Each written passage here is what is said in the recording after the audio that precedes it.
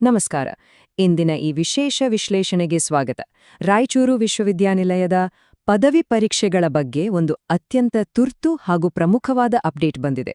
ಪರೀಕ್ಷಾ ಸಿದ್ಧತೆಯಲ್ಲಿರುವ ಪ್ರತಿಯೊಬ್ಬ ವಿದ್ಯಾರ್ಥಿಗೂ ಇದು ಅಕ್ಷರಶಃ ನಿರ್ಣಾಯಕ ಮಾಹಿತಿಯಾಗಿದೆ. ತಡ ಮಾಡದೆ ನೇರವಾಗಿ ವಿಷಯಕ್ಕೆ ಬರೋಣ.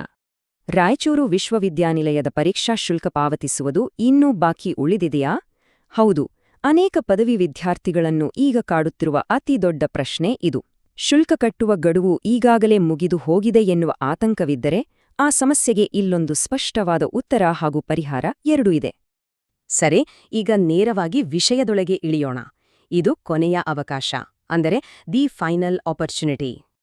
ಈ ಅಂತಿಮ ಅವಕಾಶ ನಿಖರವಾಗಿ ಯಾರಿಗೆಲ್ಲ ಅನ್ವಯಿಸುತ್ತದೆ ಅಂತ ನೋಡೋದಾದ್ರೆ, ಇದು ಪ್ರಮುಖವಾಗಿ ಪದವಿಯ 2ನೇ, 4ನೇ ಮತ್ತು 6ನೇ ಸೆಮಿಸ್ಟರ್ ವಿದ್ಯಾರ್ಥಿಗಳಿಗೆ ಸಂಬಂಧಪಟ್ಟಿದ್ದು.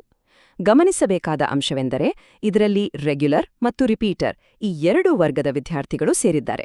BA, BCom, BSc, BBA, BCA ಹಾಗೆಯೇ ಬಿಎಸ್ಡಬ್ಲ್ಯೂ ಕೋರ್ಸುಗಳ ವಿದ್ಯಾರ್ಥಿಗಳು ತಕ್ಷಣವೇ ಇದರ ಬಗ್ಗೆ ಹೆಚ್ಚಿನ ಗಮನ ಹರಿಸಲೇಬೇಕು.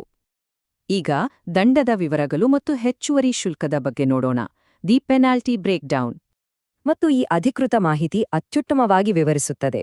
ಹೌದು, ಇದು ರಾಯಚೂರು ವಿಶ್ವವಿದ್ಯಾನಿಲಯ 5/5/2026 ಹೊರಡಿಸಿರುವ ಅಧಿಕೃತ ಪರಿಷ್ಕೃತ ಸುತ್ತೋಲೆ 3. ವದಂತಿಗಳಿಗೆ ಕಿವಿಕೊಡುವ ಬದಲು ನೇರವಾಗಿ ಈ ಅಧಿಕೃತ ಆದೇಶವನ್ನೇ ನಾವಿಲ್ಲಿ ಆಧಾರವಾಗಿ ತೆಗೆದುಕೊಳ್ಳುತ್ತಿದ್ದೇವೆ.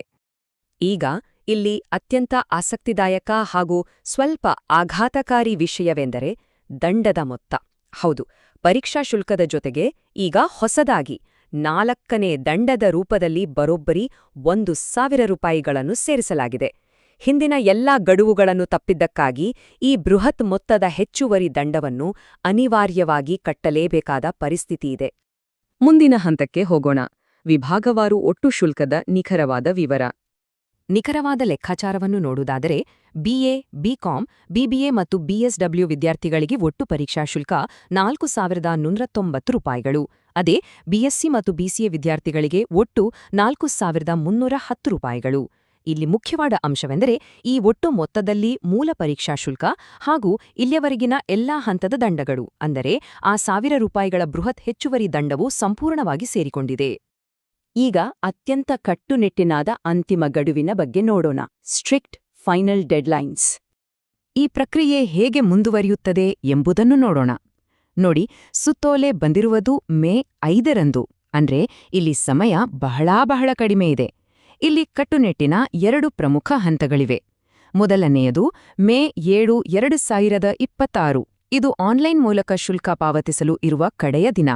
ಎರಡನೆಯದು ಮೇ 8, 2026ರೊಳಗೆ ಸಂಬಂಧಪಟ್ಟ ಕಾಲೇಜಿಗೆ ಆ ಪಾವತಿಯ ದಾಖಲೆಗಳನ್ನು ಕಡ್ಡಾಯವಾಗಿ ಸಲ್ಲಿಸಬೇಕು. ಇದರ ಅರ್ಥ ಇಷ್ಟೇ: ಕಾಲೇಜಿಗೆ ದಾಖಲೆಗಳನ್ನು ನೀಡುವ ಮುನ್ನ ಆನ್ಲೈನ್ ಪಾವತಿಯ ಪ್ರಕ್ರಿಯೆ 100ಕ್ಕೆ 100ರಷ್ಟು ಸಂಪೂರ್ಣವಾಗಿ ಮುಗಿದಿರಲೇಬೇಕು. ಹಾಗಾಗಿ ಇಲ್ಲಿನ ನಿರ್ಣಾಯಕ ಅಂಶವೆಂದರೆ, ಯಾವುದೇ ಕಾರಣಕ್ಕೂ ಈ ಗಡುವನ್ನು ಮತ್ತೆ ವಿಸ್ತರಿಸಲಾಗುವುದಿಲ್ಲ ಎಂದು ವಿಶ್ವವಿದ್ಯಾನಿಲಯ ಕಟ್ಟುನಿಟ್ಟಾಗಿ ಸ್ಪಷ್ಟವಾಗಿ ತಿಳಿಸಿದೆ. ಆಡಳಿತಾತ್ಮಕವಾದ ಕೇವಲ ಒಂದು ಗಡುವನ್ನ ಮರೆತ ಕಾರಣಕ್ಕಾಗಿ ಸಂಪೂರ್ಣ ಶೈಕ್ಷಣಿಕ ಸೆಮಿಸ್ಟರ್ ಅನ್ನು ಅಪಾಯಕ್ಕೆ ಸಿಲುಕಿಸುವುದು ಒಳಿತೇ? ಖಂಡಿತ ಅಲ್ಲ ಅಲ್ವೇ? ತಕ್ಷಣವೇ ಸಂಬಂಧಪಟ್ಟ ಕಾಲೇಜುಗಳನ್ನು ಸಂಪರ್ಕಿಸಿ ಈ ಪ್ರಕ್ರಿಯೆಯನ್ನು ಪೂರ್ಣಗೊಳಿಸುವುದು ಜಾಣತನ. ಅಂತಿಮವಾಗಿ ಮುಂಬರುವ ಎಲ್ಲಾ ಪರೀಕ್ಷೆಗಳಿಗೂ ಶುಭವಾಗಲಿ.